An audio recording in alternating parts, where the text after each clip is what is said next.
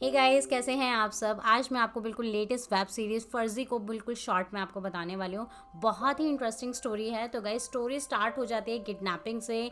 दो फ्रेंड्स हैं, सनी और फिरोज़। उन्हें एक गुंडे की जो टीम है वो पकड़ कर लेकर आती है और एक नोट दिखाती है 500 रुपये का, और वो पूछते हैं कि ये तुमने बनाया है। तो यहीं से कहानी की शुरुआत हो जाती है। सनी अपने माइंड में सोचता है कि हमने दुनिया के सबसे ईमानदार आदमी को सबसे बेईमान कागज़ पर छाप दिया, और अपनी स्टोरी के में चला जाता है। देन सनी अपने बारे में बताता है कि वो बहुत ही फाइन आर्टिस्ट है, और जो कैफ़े के बाहर जो पेंटिंग्स हैं उन्हें सेल करता है, खुद बनाता है। बताता है कि कुछ लोग किसी पेंटिंग में एक्सपर्ट होते हैं, oil painting, different different categories होती हैं, बट सनी एक ऐसा मास्टर जो हर तरह की पेंटिंग बना लेता है, हर ओरिजिनल पेंटिंग की कॉपी बना के उन्हें सेल करता है और इसी तरीके से अपनी अर्निंग करता है। दूसरी तरफ वो बताता है कि उसके नानू उससे भी ज़्यादा फाइन आर्टिस्ट हैं, और जिनकी क्रांति पत्रिका के नाम से पूरी प्रेस है, जो पत्रिका वो छापते हैं क्रांति के नाम से। वो दुनिया में क्रांति लाना चाहते हैं और ऐसे ही टॉपिक्स पे अपनी पत्रिका छापते हैं। उनकी पूरी टीम में जो लोग हैं वो उन्हीं की विचारधारा पर काम करते हैं। ज़्यादा अर्निंग नहीं है, बट उनका ये शौक है, वो चाहते हैं कि दुनिया जागे, इसीलिए वो अपनी पत्रिकाएं छापते रहते हैं। इस एज में भी बहुत ही ज़्यादा एक्टिव हैं, कई घंटों तक काम करते हैं और बहुत ही अच्छे आर्टिस्ट हैं। नानू की प्रेस में एक यासिर अंकल हैं जो नानू के बहुत क्लोज हैं और प्रेस को काफ़ी अच्छे से मैनेज भी करते हैं। सनी अपने बचपन के बारे में बताता है कि बचपन में सनी और फिरोज, जनरली जो बच्चे होते हैं स्कूल के बाद खेलने निकलते हैं, बट सनी और फिरोज ने बचपन से ही क्रांति पत्रिका को बांटने में निकाला है। स्कूल के बाद वो डिस्ट्रीब्यूट करने जाते थे, और सनी का ये मानना है कि कोई भी उन पत्रिकाओं को नहीं पढ़ता था, बल्कि उन पेपर्स को अपने डिफरेंट पर्पस के लिए यूज़ करता था। बट उसके नानू जो है ये चीज़ नहीं मानते, और वो अभी भी वो पत्रिकाएं छापते रहते हैं। सनी ने ये भी बताया कि बचपन में उनका एक सीन ऐसा भी आ गया था, एक बार इतनी ज़्यादा नानू की क्रांति पत्रिका से क्रांति आ गई थी कि उन्हें सिर्फ बन पर जीना पड़ा, यानी कि पैसों की बहुत ज़्यादा कमी रही, उन्हें खाने में हर जगह बन ही बन खाने पड़े थे। तो इसी तरीके से उनकी लाइफ चल रही है। तभी अचानक से एक शॉकिंग न्यूज़ उनके सामने आती है। जब एक दिन सनी अपने प्रेस पर पहुंचता है तो वहां पर कोई भी वर्कर काम नहीं कर रहा, सीधा कैबिन में जाता है। तब याशिर अंकल से पता चलता है कि जो उन्होंने मिस्टर रतन से लोन लिया था, जो कि एक बहुत ही बड़ी लोन एजेंसी चलाते हैं, जो उनसे लोन लिया था, अब वो लोन चाहते हैं वापसी, वो भी 1 महीने के अंदर। यानी अमाउंट इतना ज़्यादा है और कैसे चुकाया जाए यही टेंशन है। नानू भी बोलते हैं कि मैंने इतना सब कुछ किया लाइफ में, लेकिन मैं पैसे नहीं जोड़ पाया, और उन्हें भी ये टेंशन हो जाती है। अब सनी और फिरोज़ इसी काम में लग जाते हैं कि कैसे पैसे को जोड़ा जाए, कैसे पैसे का जुगाड़ किया जाए। वो पूरा अपना जो उनका सेविंग्स होता है हर तरीके से जोड़कर देखते हैं कि कितना हो जाएगा। सनी दूसरी तरफ सोचता है मैं अपनी बाइक बेच दूंगा, फिरोज़ भी अपनी बाइक बेचने के लिए बोलता है। सारा टोटल करते हैं, बट फिर भी इतना अमाउंट नहीं हो पाता कि वो 1 महीने में रीपे कर दें। सनी और फिरोज़ रतन के पास भी जाते हैं, मिस्टर रतन के पास, उनसे थोड़ा सा टाइम मांगने के लिए कि थोड़ा उन्हें और टाइम मिल जाए और वो रीपे कर देंगे लोन बाद में। बट रतन और का जो पूरा बिजनेस है उसके बेटे के अंडर आ गया, और बेटा कहता है कि मेरे पापा तुम्हारे नानू के फ्रेंड थे, इसीलिए इतना टाइम रुक गए और इतना लोन उन्हें दे दिया, बट अब मैं नहीं रुक सकता, तुम्हारे पास सिर्फ 1 महीना है और कैसे भी करके तुम्हें इसे चुकाना ही पड़ेगा। तो वो कोशिश भी उनकी नाकामयाब हो जाती है। अब फिरोज़ सनी से कहता है कि मेरा जो फ्रेंड है अनीस, मैं उससे बात करके देखता हूँ, शायद उसके पास कोई जुगाड़ हो। बट सनी कहता है कि तुझे पता है उस अनीस के पीछे हमेशा पुलिस पड़ी रहती है, और मैं ऐसे पुलिस के चक्करों में नहीं पड़ना चाहता, कुछ और सोचते हैं। बट फिर भी फिरोज़ थोड़ा और इंसिस्ट करता है, यार एक बार पूछने तो दे, क्या पता कोई सोल्यूशन हो। देन फिरोज़ जो है अनीस के पास जाता है, उसको प्रॉब्लम बताता है। अनीस थोड़ा गुंडागर्दी टाइप में होता है, उसके बहुत सारे लड़के वगैरह होते हैं और ज़्यादातर इलीगल काम्स में रहता है। उसके दादू भी होते हैं घर पे, जो भी एक इलीगल बैकग्राउंड से ही बिलोंग करते थे। वो अपने टाइम में एक गुंडे मवाली के साथ काम करते थे, और अनीस भी यही सब चीज़ें सीख रहा था। तभी अनीस जो है फिरोज़ को एक पर्सन से मिलवाता है जिसका नाम है स्केच मांझा। वो कहता है कि ये एक ऐसा बंदा है जो हर चीज़ का फर्जी बनाता है, बड़े से बड़े ब्रांड का इसके यहाँ पूरा फर्जी आइटम बनता है, और इसी से हम कोई सोल्यूशन पूछ लेते हैं। तब स्केच मांझा से वो बोलते हैं कि अगर तुम्हारा दोस्त अच्छा आर्टिस्ट है, बहुत ही फाइन आर्टिस्ट है, तो मैं उसे काम दे सकता हूँ, मेरे पास वैसे भी लेबर की कमी है, तुम जितना क्वांटिटी में काम करोगे मैं उतना ही तुम्हें पैसा दे दूंगा। तो फिरोज़ ये पूरा ऑफर लेके सनी के पास जाता है, और सनी वहाँ पर एक ड्रॉ कर रहा होता है, कुछ आर्ट बना रहा होता है, और सोच रहा होता है कि जिस चीज़ के पीछे लोग भाग रहे हैं वो हम बना भी तो सकते हैं, मीन्स पैसा। वो कहता है क्यों ना हम डायरेक्ट पैसा ही बनाएं। वो पूरा 500 नोट को पूरा अच्छे से ड्रॉ करता है और फिरोज़ को दिखाता है कि हम यही बनाते हैं ना जिसकी हमें ज़रूरत है, इधर उधर क्यों भाग रहे हैं। फिरोज़ कहता है तू पागल हो गया, नकली नोट बनाएगा, क्रिमिनल हम बन जाएंगे। सनी बोलता है कि ये नोट भी तो किसी ने बनाया ही होगा, तो क्यों ना मैं बनाऊँ। मेरे को भी इतनी अच्छी आर्ट आती है, ट्राई करते हैं।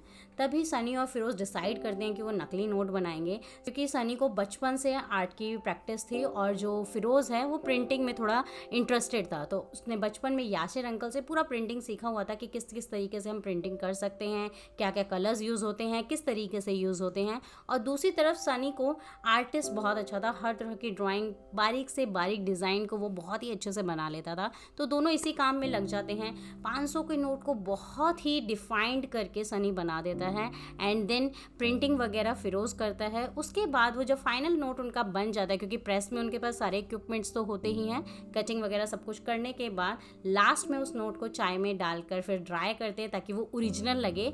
एंड देन अब उनका काम होता है कि मार्केट में उसको लेकर आने का, कि चेक करते हैं कि क्या ये ओरिजिनल लग भी रहा है या नहीं। तो वो ट्राई करते हैं, बियर शॉप पर जाते हैं एंड फिरोज़ को सनी आगे भेजता है कि जा ट्राई कर। वो जैसे ही शॉप ओनर को वो नोट देता है बियर के लिए, इतनी भीड़ में भी उस बंदे को पता चल जाता है ये नकली नोट है और उनके पीछे लोग लग जाते हैं। दोनों भागते हैं, पीछे तो लोग लग जाते हैं लेकिन किसी तरीके से दोनों बच जाते हैं। एंड देन दोनों को रियलाइज़ हो जाता है कि ये इतना भी आसान नहीं है और उन्होंने जितने भी 500 के नोट बनाए थे उन्हें जला देते हैं। फिरोज़ तो भूल जाता है कि भाई अब इससे काम नहीं होगा, हमें कुछ और करना पड़ेगा।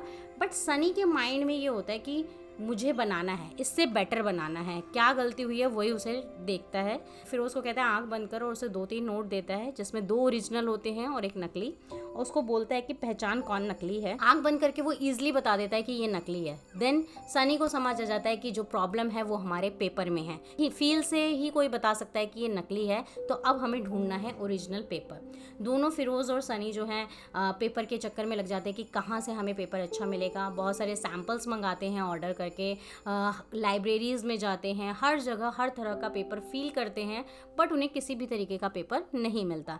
एट लास्ट एक मैगज़ीन होती है, सनी उसके 2 पेपर्स को टच करता है साथ में एंड देन उसे वही सेम फील आ जाता है।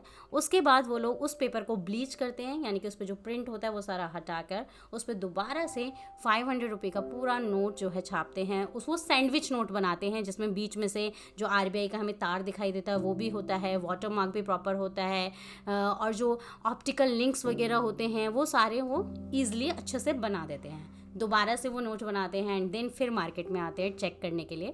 इस बार फिरोज़ कहता है कि हर बार मैं ही थोड़ी पटूंगा, तू जा इस बारी। देन सनी जैसे ही बियर शॉप पर जाता है और ऑफ़र करता है, वो बियर लेता है, नोट देता है और उसका नोट बिल्कुल एग्जैक्ट होता है और उन्हें बियर भी मिल जाती है और साथ में रिटर्न पैसे भी, और दोनों बहुत ज़्यादा खुश होते हैं कि वो एट लास्ट सक्सेस हो गए एक 500 रुपये का नकली नोट बनाने में। दूसरी तरफ जो पुलिस की एक टीम है, माइकल जिसको हेड करता है, वो नेपाल में मंसूर दलाल को पकड़ने के लिए पूरा जाल बिछाते हैं। एक्चुअल में जो मंसूर दलाल है वो पूरी इंडिया में डिफरेंट बॉर्डर से जो है नकली नोट को स्मगल करता है और उसकी बिग बहुत बड़ा रैकेट चलाता है, और इसी को पकड़ने के लिए माइकल ने पूरा जाल बिछाया होता है। माइकल इसे एक होटल में पकड़ भी लेता है उसकी पूरी टीम, बट मंसूर दलाल वहाँ से भी भागने में कामयाब हो जाता है और इसी पूरी भागम भाग में जो माइकल की टीम का एक ऑफिसर होता है वो मारा जाता है। और ये वही मंसूर दलाल है जिसने मैंने स्टार्टिंग में आपको बताया था, 2 सनी और फिरोज़ को जिसने किडनैप किया, वो यही मंसूर दलाल है जो पूछ रहा था कि 500 रुपये का नोट किसने बनाया। तो एट लास्ट सनी बता देता है हाँ ये नोट मैंने ही बनाया है। तभी मंसूर दलाल ऑर्डर देता है कि इसको साथ वाले को, यानी कि जो फिरोज़ है उसे मार। यहीं पर सनी की जो है बचपन की स्टोरी भी चल रही है। बचपन में उसकी माँ के हाथ का उसे दाल भात बहुत ज़्यादा पसंद था, बट ज़्यादा टाइम वो अपने माँ के साथ स्पेंड नहीं कर पाया। उसकी माँ की जो मौत है बहुत जल्दी हो गई थी। बताता है कि उसके फादर के साथ एक गेम खेला करते थे हमेशा। 10 मिनट उसके फादर देते थे कि हमारे पास 10 मिनट है, जल्दी पैक करो और भागना है। एक्चुअल में उसके फादर एक इलीगल बिजनेस में थे जिसके लिए उन्हें हमेशा इधर उधर भागते रहना पड़ता था पुलिस से बचने के लिए। एक दिन ऐसे ही भागते भागते वो ट्रेन में जो है सनी को छोड़कर चले जाते हैं। सनी काफ़ी सालों तक प्लेटफॉर्म पर रहता है, पेंटिंग्स बनाता है। वहीं पर उसे फिरोज़ भी मिलता है और फिरोज़ बोलता है तेरे फादर यहाँ नहीं आने वाले, मेरा बाप भी छोड़ के गया था, तेरा भी बाप छोड़ के चला गया। हम ऐसा करते तू पेंटिंग बना, मैं इससे पैसे लेता हूँ, जो भी लोग देखेंगे उनसे पैसे लेंगे। तभी सनी और फिरोज़ यही काम करने लगते हैं। तभी एक दिन नानू वहाँ पर आ जाते हैं और सनी को ढूंढ लेते हैं। कहते हैं मैं तुझे बहुत टाइम से ढूंढ रहा था, और अपने साथ अपनी प्रेस में ले जाते हैं। सनी अपने साथ फिरोज़ को भी ले जाता है और दोनों फिर अपना प्रेस में और नानू के साथ लाइफ सेटल हो जाती है। तो यहाँ पे जो मंसूर ने ऑर्डर दिया था गोली मारने का वो बच जाता है। वो एक्चुअल में एक प्रैंक होता है और फिरोज़ को वो गोली नहीं मारते।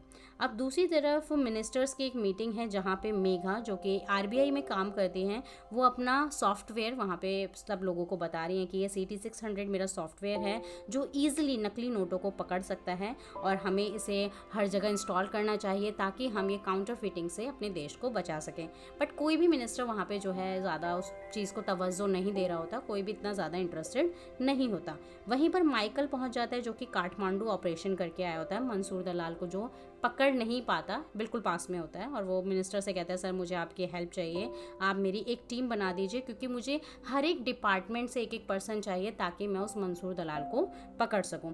बट मिनिस्टर होता है, उसे ज़्यादा इंटरेस्ट नहीं होता, कहता है ये फालतू का ड्रामा छोड़ो, मेरे पास इतना टाइम नहीं है, इलेक्शन आने वाले हैं, मुझे इलेक्शन पे फोकस करने दो। दूसरी तरफ अनीश को फिरोज़ वो नोट दिखाता है कि ये देख अपने सनी ने ये नोट बनाया है और देख बिल्कुल ओरिजिनल है और अब इसका कुछ करते हैं। तभी अनीश कहता है हाँ चल अब मैं तुम्हारे लिए मस्त क्लाइंट लाता हूँ ताकि हम अच्छा अपना बिजनेस सेटअप कर सके।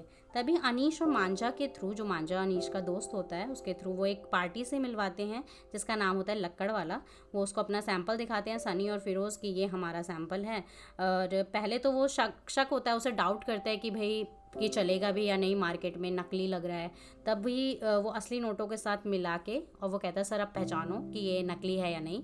एंड देन वो अपने नोट को बिल्कुल मस्त प्रूफ कर देते हैं कि उनका नोट बिल्कुल ठीक है। तभी वो लक्कड़ वाला उन्हें 2 करोड़ का ऑर्डर देता है। अब दोनों सोचते हैं भाई 2 करोड़ कैसे बनाएंगे, उसके लिए इतना सारा पेपर चाहिए, इंक चाहिए, तो इन सब चीज़ों के लिए पैसा कहाँ इससे आएगा, क्योंकि कुछ भी काम करने के लिए खुद भी पैसा लगाना पड़ता है। दूसरी तरफ माइकल जो है मिनिस्टर को बार बार ब्लैकमेल कर रहा है। उसके जो उसने सीक्रेट पिक्चर्स क्लिक किए हुए हैं बार बार उन्हें व्हाट्सएप पर भेज के कह रहा है सर मेरी प्लीज़ टीम आप बना दीजिए, मुझे टीम की ज़रूरत है, मैं देश के लिए कुछ करना चाहता हूँ। बट मिनिस्टर यहाँ पर नहीं मान रहा क्योंकि माइकल ने अभी ड्रिंक कर रखा है, ड्रिंक करके वो उसे ब्लैकमेल कर रहा है। अब सनी प्रेस में बैठा होता है, वो यही सब सोच रहा है। याशिर अंकल से बातों ही बातों में पूछता है कि इतना ज़्यादा प्रिंट करने के लिए कितने इंक की ज़रूरत होगी, कितने पेपर की ज़रूरत होगी। तभी ड्रॉर में से याशिर अंकल को कुछ नोट्स मिल जाते हैं और वो सनी को बोलते हैं तुम लोग ये गलत काम कर रहे हो, तुम लोग नोट छाप रहे हो। तभी याशिर अंकल को सनी समझाता है तो बताओ क्या करें फिर, कोई सोल्यूशन है आपके पास, कैसे इतना सारा लोन चुकाएंगे और वो भी सिर्फ 1 महीने के अंदर। और वो कहता है चलो मैं आपको लेकर चलता हूँ। वो अपना नोट जो है टेस्ट करवाता है, अंकल के साथ जाके कैफ़े में जाता है, वहाँ कॉफ़ी वगैरह ऑर्डर करता है और वही नोट, नकली नोट कैफ़े वाले को पकड़ाता है और वो एक्सेप्ट हो जाता है। तभी याशिर अंकल को भी थोड़ा कॉन्फिडेंस आ जाता है और वो उन लोगों की हेल्प करने के लिए रेडी हो जाते हैं। सारा बताते हैं कि हमें इतने ड्रायर चाहिए, इतने प्रिंटर चाहिए, बट इन सब चीज़ों के लिए पैसा चाहिए, पैसा कहाँ से आएगा। सनी के माइंड में प्लान आता है, वो दोबारा से रतन के पास जाते हैं और कहते हैं हमें एक लोन चाहिए। तभी उनका बेटा कहता है कि हम लोग चूतिया दिख रहे हैं क्या, मतलब तेरे नाना का लोन चुकाने के लिए तुम्हें हम एक और लोन दे दें। पर जो रतन होता है वो कहता है ठीक है हम 1 महीने के लिए तुम्हें लोन देते हैं दूसरा, बट 24% ब्याज पर। फिरोज़ और सनी एक्सेप्ट कर लेते हैं और पैसा उन्हें मिल जाता है। मशीन्स लाते हैं और अपना काम स्टार्ट कर देते हैं। अब मशीन्स वगैरह तो उनके पास प्रॉपर आ गई, ड्रायर्स भी आ गया, बट पेपर का क्या करें। अब पेपर, इतना सारा पेपर कहाँ से आएगा, यही उनकी टेंशन होती है। दूसरी तरफ माइकल जो है गहलोत, मिनिस्टर का नाम है गहलोत, उनके पीछे पड़ जाता है कि सर प्लीज़ आप मेरी हेल्प कर दीजिए, एक टीम मेरे को सैंक्शन कर दीजिए। और वो गहलोत को फिर सपने दिखाता है कि अगर आपने मेरी टीम बना दी, आपको मैं हेडलाइंस दूंगा, आप बन जाएंगे नकली नोट पकड़ने वालों के काउंटरफीट किलर, और ये सब सपने दिखाता है। कहता है आप मेरा काम करो, मैं आपका काम करूँगा और आपको इलेक्शन में बहुत ज़्यादा हेल्प होगी। तभी गहलोत कहता है ठीक है मुझे सोचने का टाइम दो। अब दूसरी तरफ फिरोज़ जो है पेपर कंपनी को फ़ोन लगाता है कि हमें 45 GSM का पेपर चाहिए। तो जो पेपर कंपनी है वो कहते हैं कि इस GSM के पेपर के लिए आपको कुछ पेपर वर्क की ज़रूरत होती है, आपकी रजिस्टर्ड फॉर्म होनी चाहिए, GST होना चाहिए, आधार कार्ड, मतलब बहुत सारे डॉक्यूमेंट्स बता देता है। अब फिरोज़ कहता है सनी से यार ये तो प्लेन खरीदने से भी ज़्यादा महंगा हो गया, कैसे लाएंगे हम इतना पेपर बिना किसी डॉक्यूमेंट के। तभी अनीश को फिरोज़ कॉल करता है और वो लोग पूरा प्लान बनाते हैं चोरी करने का।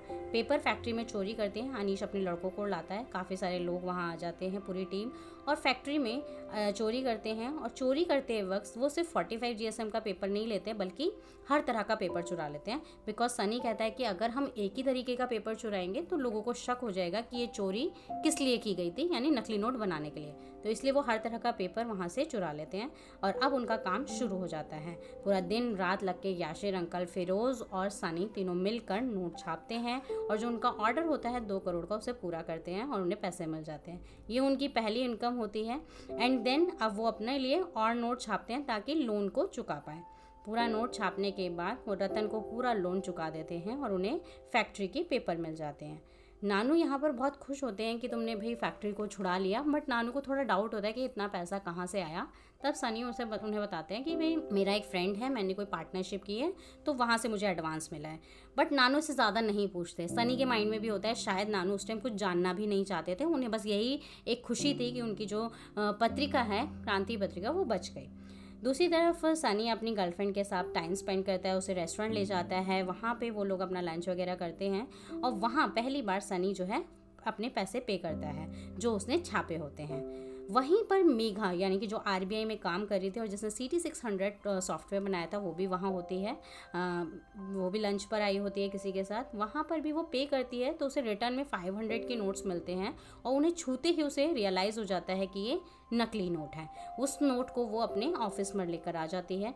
दूसरी तरफ गहलोत मिनिस्टर जो है माइकल को उसकी टीम सैंक्शन कर देता है और माइकल बहुत खुश हो जाता है। बात आती है सनी, फिरोज और याशिर की। याशिर कहता है कि चलो हमने लोन भी चुका दिया, सब कुछ हो गया, अब हम जो ये ड्रायर्स वगैरह और जो ये हमने एक्स्ट्रा मशीन्स ली हैं ये हम इन्हें सोल्ड कर देते हैं ताकि हमारे पास कुछ पैसा आ जाए।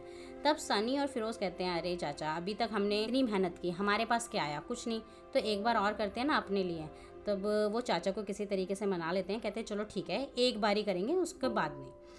दूसरी तरफ जो मेघा वो नोट लेकर आई होती है वो अपने ऑफिस लाती है और अपनी फ्रेंड के थ्रू वो उस पूरे नोट को स्कैन करते हैं और उन्हें पता चल जाता है कि ये एक सैंडविच नोट है, यानी 2 नोट पेपर्स को चिपका कर बनाया गया है और उन्हें पता चल जाता है ये नकली नोट है। मेघा को ये भी पता चल जाता है कि ये नोट जिसने भी बनाया उसके पास ज़्यादा इंफ्रास्ट्रक्चर नहीं है, ज़्यादा मशीन्स वगैरह कुछ भी नहीं है, उसने एक ऑफसेट प्रिंटर से बनाया है, बट उसके पास टैलेंट बहुत ज़्यादा है।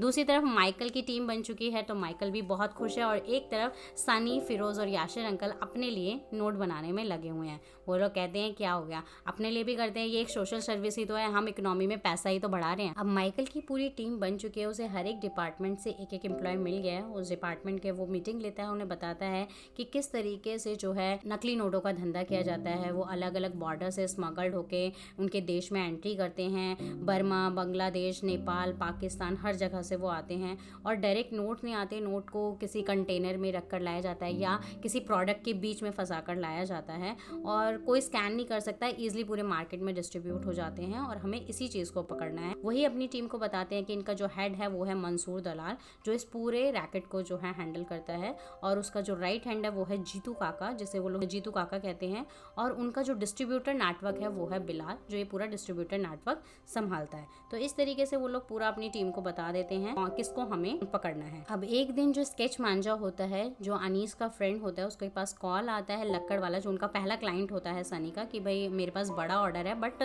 सनी यानी कि आर्टिस्ट को मिलना पड़ेगा। सनी ने अपना नाम जो है किसी पार्टी में डिस्क्लोज नहीं किया होता, अपना नाम सिर्फ आर्टिस्ट बताया होता है। तो कहते हैं आर्टिस्ट से मिलना पड़ेगा, मिलके ही मैं पूरा बताऊंगा। तभी अनीस के थ्रू फिरोज को पता चलता है और फिरोज और सनी जो है उस पार्टी से मिलने के लिए जाते हैं। वो पार्टी एक रेस्टोरेंट में उन्हें बुलाती है। वो एक मिनिस्टर होता है सूरत का। वो कहता है जब भी मैं डील करता हूँ तो मैं चाहता हूँ कि उस पर्सन से डायरेक्ट मिलूँ, इसीलिए मैंने तुम दोनों को यहाँ बुलाया है और मुझे 20 करोड़ चाहिए। तो वो कहते हैं ठीक है, हो जाएगा। दोनों डील करके निकल रहे होते हैं। तभी वो लक्कड़ वाला से कहते हैं कि डिलीवरी ये लोग कैसे लेंगे, खुद ही लेने आएंगे। तभी लक्कड़ वाला कहता है नहीं, तुम्हें खुद उन्हें सूरत पहुँचाना पड़ेगा पैसों को। तब सनी कहता है ये तो बड़ा रिस्की है, हमसे नहीं हो पाएगा ये सब। तभी फिरोज के मन में लालच आ जाता है। वो कहता है हाँ, इस पैसे पे नहीं हो पाएगा, मतलब अगर ज़्यादा ऑफर करोगे तो हो जाएगा। तो वो ज़्यादा में एग्री हो जाते हैं और दोनों डिसाइड करते हैं कि वो आगे डिलीवर कर देंगे। दूसरी तरफ मेघा को भी पता चलता है कि मिनिस्ट्री ने एक टीम बनाई है CC फाट करके, जो कि काउंटरफिटिंग नोट्स के ऊपर काम करेगी। तो वो चाहती है कि उस टीम को ज्वाइन करे और वो अपने RBI जहाँ पे वर्क कर रही होती है वहाँ से रिज़ाइन देके इस CC फाट टीम में जाती है अपना इंटरव्यू के लिए। वहाँ पे वो माइकल से मिलती है और बताती है कि मैंने ही CT600 सॉफ्टवेयर बनाया था और मैं आप लोगों के साथ काम करना चाहती हूँ। माइकल बोलता है कि तुम्हारे पास तो क्वालिफिकेशन भी इतनी अच्छी है, तुम्हें अच्छी खासी जॉब मिल सकती है, तो यहाँ क्यों करना चाहती हो। तब वो बोलते हैं कि मैं देश के लिए कुछ करना चाहती हूँ, इसीलिए आप लोग मुझे रख लीजिए। और माइकल इंप्रेस हो जाता है और उसे अपनी टीम में ज्वाइन कर लेता है। दूसरी तरफ सनी कहता है कि अगर हमें 20 करोड़ बनाने हैं तो अब हम पेपर है वो चुरा नहीं सकते, अब हमें थोड़ा लीगल तरीके से करना होगा। बट जो याशिर अंकल हैं वो सनी को बीच में रोकते हैं कि बस कर, हम जो छोटे लेवल पे कर रहे थे वो सही है ना, अब ये सब मत कर। तभी सनी कहता है कि कब तक चाचू हम लुखे लोगों की तरह करेंगे, कुछ बड़ा करते हैं ना। और वो इस बार भी याशिर को मना लेते हैं।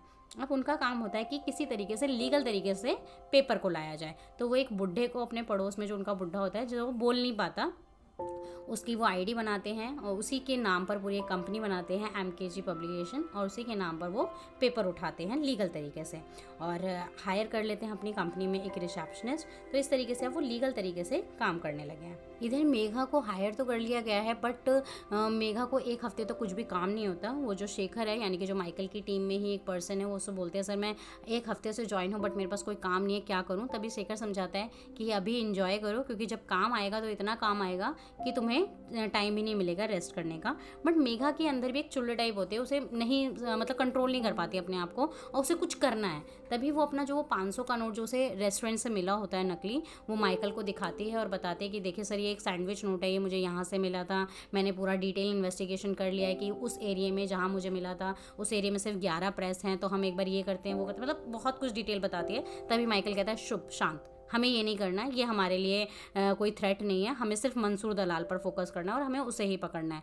यानी कि माइकल उसको कोई भी जो है ऑर्डर नहीं देता कि इसके लिए कुछ किया जाए या उन 11 प्रेस में कुछ भी किया जाए। बट मेघा के अंदर थोड़ी चुल होती है। जब माइकल वहाँ से चला जाता है तब वो एक फेक ऑर्डर बना के उसमें माइकल का स्टैंप लगा के सीधा पुलिस स्टेशन चली जाती है उस एरिया के, और कहती है कि मुझे देखिए ये ऑर्डर मिला है, मैं इस टीम से आई हूँ और जल्दी मेरे साथ चलिए और रेड मारनी है हमें जो ये 11 प्रेस हैं इनमें।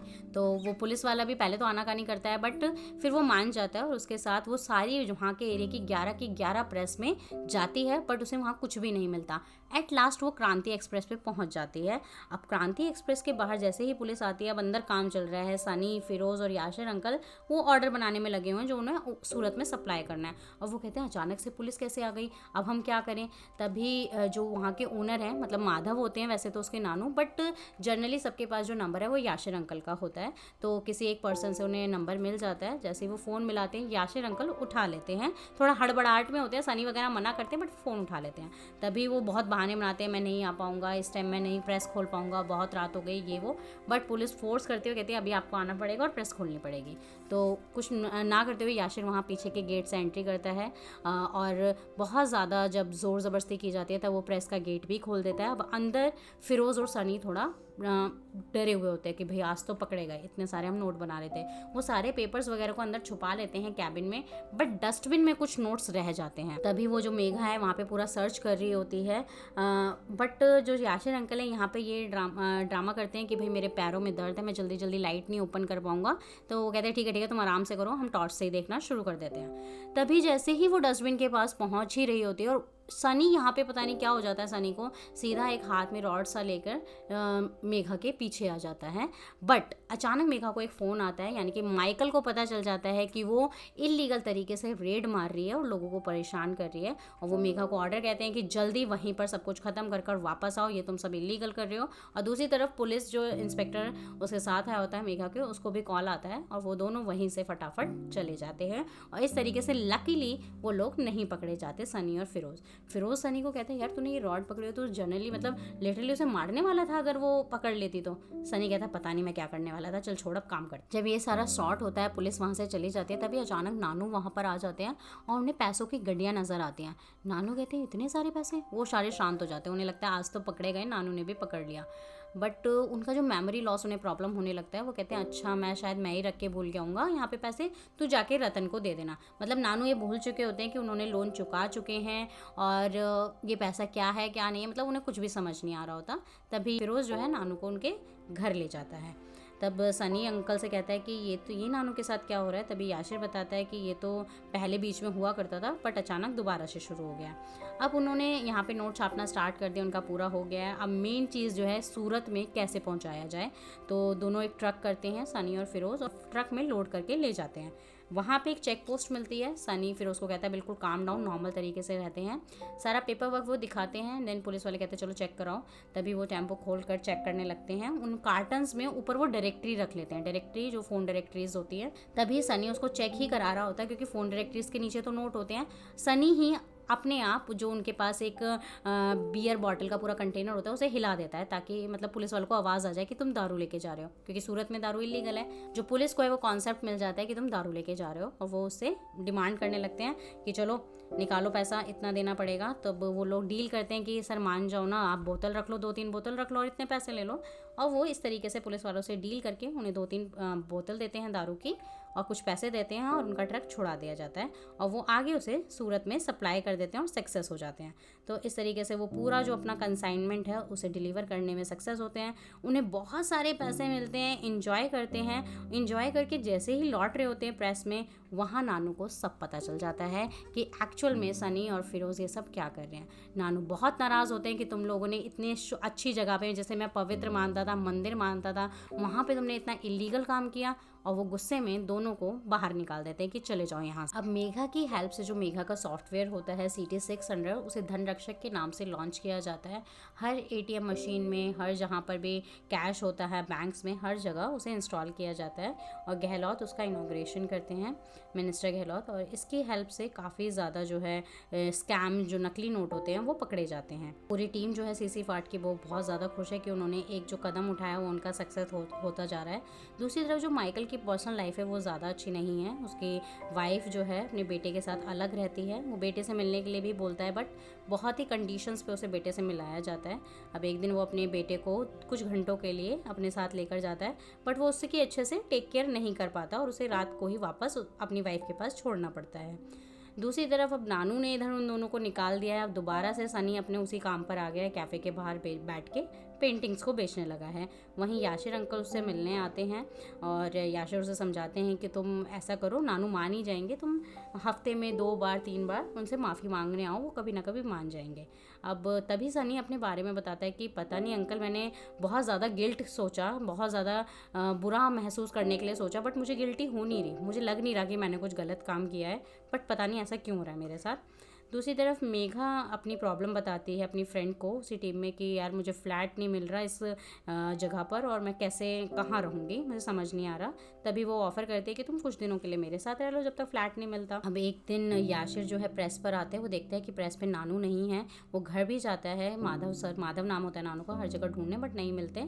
तभी वो सनी और फिरोज़ को कॉल करते हैं कि पता नहीं तुम्हारे नानू कहाँ चले गए, मिल नहीं रहे हैं। तभी फिरोज़, सनी सबको ढूंढने में लग जाते हैं। वो पुलिस स्टेशन में भी FIR कराते हैं, बट वहाँ भी उन्हें कोई हेल्प नहीं होती और सनी को गुस्सा आ जाता है कि भाई उनकी कंप्लेंट को सुना नहीं जा रहा, बस FIR लिख तो लिया बट कोई कार्रवाई नहीं की जा रही। वहाँ वो ऑफिसर से उल्टा सीधा बोल देता है और उन दोनों को जेल में डाल दिया जाता है। अब इधर याशिर अंकल उन्हें छुड़ाने आ जाते हैं कि चलो तुम्हारे नानू मिल गए हैं। जब वो नानू के पास जाते हैं तब देखते हैं कि उनकी कंडीशन सही नहीं है, वो सब कुछ भूल चुके हैं और सनी को बोलते हैं मैं तुझे अपने हाथ का दाल चावल बना के खिलाऊंगा। मतलब इस तरीके से वो बिल्कुल ब्लैंक आउट हो चुके हैं। और इधर जो इनकी CC फार टीम है वो बहुत सक्सेस कर रही है। जो उनका धन रक्षक है वो हर जगह लॉन्च हो चुका है और हर जगह से नकली नोटों को पकड़ा जा रहा है। अब इधर डॉक्टर बताती है सनी को कि तुम्हारी नानू की कंडीशन सही नहीं है, उन्हें मेमोरी लॉस हो रहा है और उन्हें जल्द से जल्द सर्जरी की ज़रूरत है और इस सर्जरी के लिए स्पेशलिस्ट की ही ज़रूरत होती है, हम लोग नहीं कर सकते और उसके लिए तुम्हें टाइम लेना पड़ेगा डॉक्टर से जो स्पेशलिस्ट होते हैं और टाइम में कम से कम 1-2 महीने भी लग जाते हैं। अब सनी यहाँ टेंशन में है, पैसा भी चाहिए और सर्जरी के लिए डॉक्टर से टाइम भी चाहिए, तो कैसे ये सब होगा। दूसरी तरफ जो CC फार टीम है वो पूरा एंजॉय कर रही है, बियर बार में ड्रिंक करके एंजॉय कर रहे हैं। अब वापसी में जो है मेघा शेखर सर और माइकल को कहते हैं कि मैं आप लोगों को ड्रॉप कर देती हूँ क्योंकि आप लोगों ने ड्रिंक कर रखे तो मैं ड्राइव कर दूँगी, आप लोग आराम से आ जाइए। तभी मेघा को शेखर बताता है माइकल की स्टोरी कि एक्चुअल में जो माइकल है वो एक एनकाउंटर स्पेशलिस्ट था और उसके के साथ उनके एक फ्रेंड थे दवे सर, दोनों एनकाउंटर स्पेशलिस्ट थे। लेकिन रातों रात जो एक कमला जर्नलिस्ट थी उसकी वजह से एक न्यूज़ हाईलाइट हो गई और वो लोग मर्डर के रूप में सामने आए थे। एक्चुअल में उन्होंने एक स्कैम पकड़ा था, वो ड्रग्स का स्कैम था और उन्हीं में काउंटरफिटिंग नोट्स का भी स्कैम चल रहा था, यानी स्कैम के अंदर स्कैम था। इन दोनों ने दिन रात मेहनत की और वो पूरा कार्टेल पकड़ ही लिया था और उन सबके पीछे मंसूर दलाल था। बट पॉलिटिकल गेम्स की वजह से और मनी गेम्स की वजह से इनकी जो पूरी मेहनत है वो बेकार हो गई और इन दोनों के ऊपर ही सारी बातें आ गई थी और मंसूर दलाल की वजह से इन लोगों पे 13 केस ठोके गए थे और ये इसी वजह से इतना ड्रिंक में रहते हैं, इतना स्ट्रेस में रहते हैं और इसी वजह से इनकी वाइफ भी उन्हें छोड़कर चली गई थी। तभी मेघा पूछते कि दवे सर का क्या हुआ। तब शेखर बताता है कि वो बहुत ही ज़्यादा ऑनेस्ट था, उन्होंने खुद को अपने आप को गोली मार ली थी और उन्होंने ये लिखा भी था नोट में कि ये मेरा लास्ट एनकाउंटर है। तो इस तरीके से मेघा को उनकी स्टोरी के बारे में पता चलता है। दूसरी तरफ हम नानू बिल्कुल नॉर्मल हो गए हैं बट वो सारा भूल चुके हैं कि उन्होंने सनी को बाहर निकाला था और क्या, तो वो नॉर्मल लाइफ की तरफ सनी के साथ जी रहे हैं। सनी भी उनके सामने कुछ भी ज़्यादा डिस्क्लोज नहीं करता है। अब यहाँ पर क्या हो रहा है कि सारे नकली नोट पकड़े जा रहे हैं। अब मंसूर दलाल के जो जीतू अंकल है वो मंसूर के पास जाते हैं और कहते हैं कि हमारा पूरा जो बिज़नेस है वो चौपट हो गया, हमारे नोट्स जो हैं, ये जो सॉफ्टवेयर इंस्टॉल किया गया है नया धनरक्षक, उसकी वजह से पकड़े जा रहे हैं और कोई भी हमारे जो नोट है वो लेना नहीं चाह रहा, सारे रद्दी बन चुके हैं। तभी वो कहता है कि हमें इंडिया से ये एक नोट मिला है 500 रुपये का, जो तुम ट्राई करके देखो कि इसे मशीन भी एक्सेप्ट कर रही है, मतलब मशीन भी नहीं बता पा रही कि ये नकली है। तभी मंसूर पता लगवाता है कि ये नोट किसने बनाया है और वो लोग पहुंच जाते हैं आर्टिस्ट पे और इस तरीके से वो फिरोज़ और सनी को वहाँ से किडनैप करते हैं। और अब आ जाती है स्टोरी वहीं पर जहाँ से स्टार्ट हुई थी। तो गाइज ये थे वेब सीरीज़ के 4 पार्ट्स। यहाँ तक आपको पता चला कि किस तरीके से मंसूर दलाल के पास पहुँचते हैं सनी फिरोज़, और अब आगे देखिएगा कि कैसे क्या होगा, क्या सनी मंसूर का साथ देगा, उसके लिए काम करेगा या पुलिस के द्वारा पकड़ा जाएगा, उन सब के लिए आपको सेकंड पार्ट देखना पड़ेगा। तो सेकंड पार्ट में मिलते हैं, तब तक के लिए गुड बाय और हमारे चैनल को लाइक शेयर सब्सक्राइब ज़रूर करें।